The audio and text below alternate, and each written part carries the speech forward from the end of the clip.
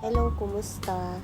Dahil umulan ng mga nakaraang araw, napansin ko nga na sobrang madumi na yung labas ng bahay ng aking amo. Kaya, napagpasyahan ko na linisin ngayong araw yung mga pintuan sa kabintana. Kasi, dahil sa pag-ulan ng nakaraang araw, medyo nagputik-putik na siya.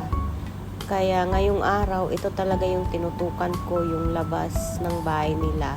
Yung mga pinto, hallway, at saka yung bintana.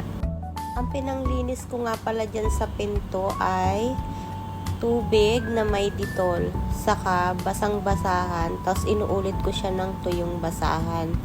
Para sa ganun, hindi mabilis kumapit yung alikabok. Tapos doon naman sa bintana, maligamgam na tubig, tapos dinagyan ko ng 2 patak na dishwashing. Yun ang lagi kong pinapanglinis sa bintana. Kinukuskus ko siya ng basang-basahan, tapos tinutuyo ko siya ng tuyong basahan. Tapos ayun na, ang ganda ng resulta, sobrang linis niya.